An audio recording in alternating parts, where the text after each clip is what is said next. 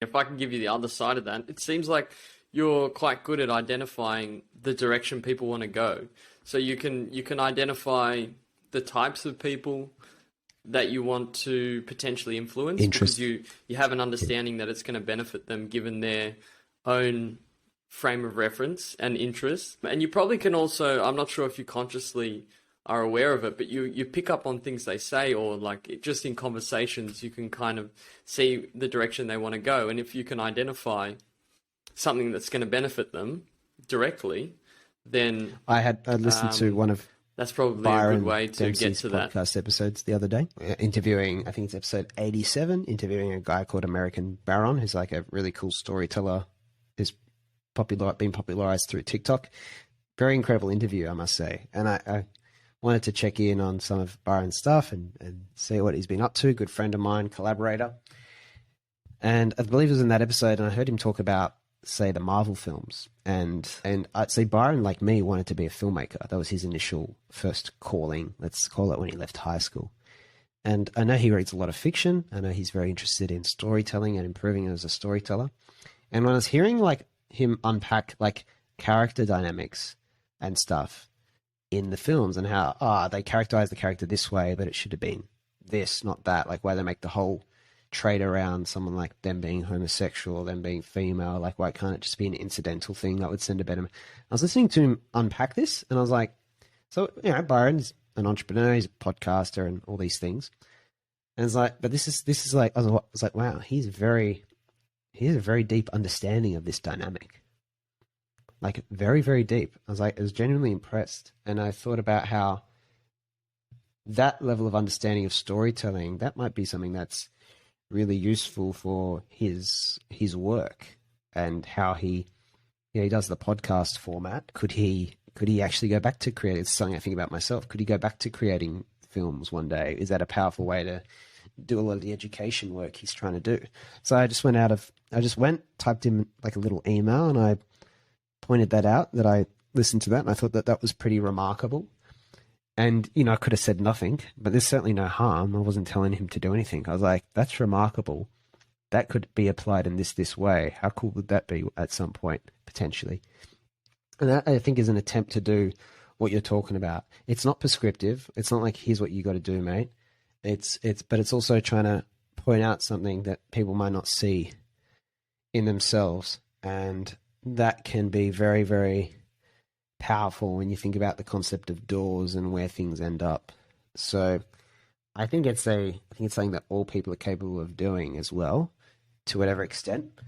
And it is, you know, this kind of people spotting or whatever it is. And I think it is very powerful. And I feel like that should be our emphasis when we are trying to help someone. It's just like an A to B thing when it's like that. It's just like here's this thing I noticed about you that's really positive. I don't know if you've ever identified it about yourself, because often they haven't. And it's also very nice for, even if they have, it's very nice for it to be appreciated and recognized and validated. So it's kind of like, why not? Like you could have said, thanks, Joe, not interested in doing a podcast, but that's really nice, you know, to know, say, about question asking and the potential there. And that's great, because then I can just leave it at that. And if you ever, even in a year, you change your mind, I might be someone you actually just talk to then, because you know someone.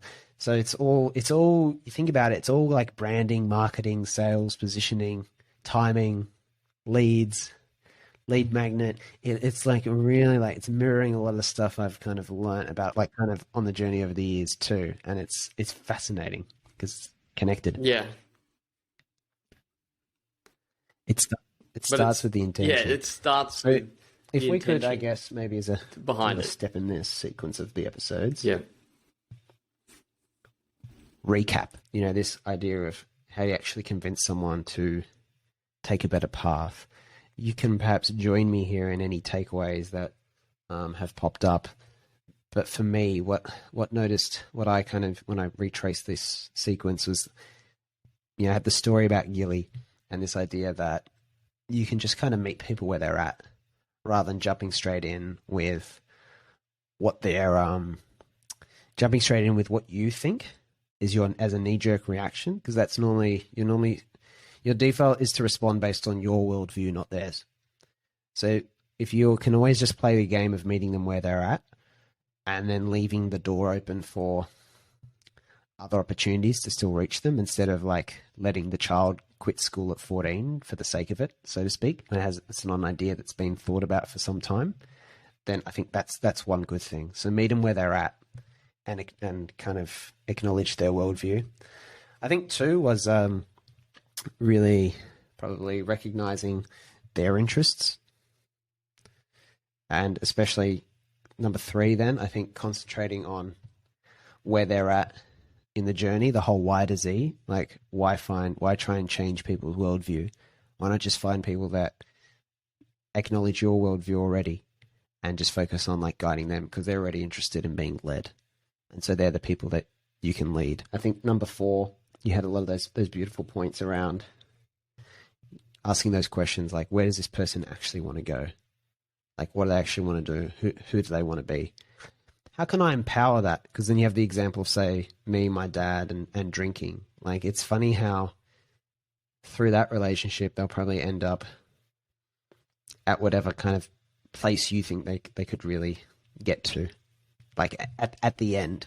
But if that's too many rooms or doors away at the moment, then you've just got to work with them where they are now. So that was a big takeaway for me. The other thing is, like, I think that idea of just be sure that with the example of you and I and our relationship, make sure you're helping them write their story that they're interested in writing, not making them a character in your story. And then that comes to probably identifying their direction. So I think the audience of none, the interest mapping, all those things that talk about in 18 and Lost and on my blog and earlier podcast episodes, they really give a good window into a person. So I think that when you focus on what people have been doing for a long time and already doing and showing interest in, that gives a lot of clarity around what they'll continue to do. I think another one was probably just this idea of the doorman kind of concept, the doorman and the very soft salesman, which was your job is to clearly like articulate that first door, you know, make it clear to them. Like Luke, you could do really well with this podcasting stuff rather than trying to shove them through doors. Like, mate, go do this podcast and make it really big right away. Why do I need that person to do that? Because they're capable of it. Well, people are capable of anything. So, you know, it's being directed by your worldview. And I think you had so many other great takeaways around the comparisons and analogies to sales more broadly, touch points and everything, because this is all about education and this whole series and education learning. Like, what is this thing? What are we actually talking about? It's why I think so much it comes back to helping people learn in quote unquote everything, because a lot of these things are actually just like linked frameworks at their base. But our way of understanding them has been to break them down into siloed, separate disciplines. Like, some people have the sales thing. Some people really get the people thing. But like, no. Understanding people is so fundamentally like the same thing as marketing and sales. We just have a different context, which changes the frame of reference. But the process of doing it is the freaking same. So, but yeah, those were my takeaways, like trying to unpack it, like how to convince someone to take a better path, which is now obviously, Yeah. you know, in quote unquotes too. Was there anything else anything else that I might have missed? Yep. I was going to add one last thing, which was around, even if you're coming from the right intentions, and even if you're not successful in, it's not about being successful, but in the sense that it doesn't really change that person, or they don't want to go down that path. It's nice to know right. that some people don't hear even words of encouragement.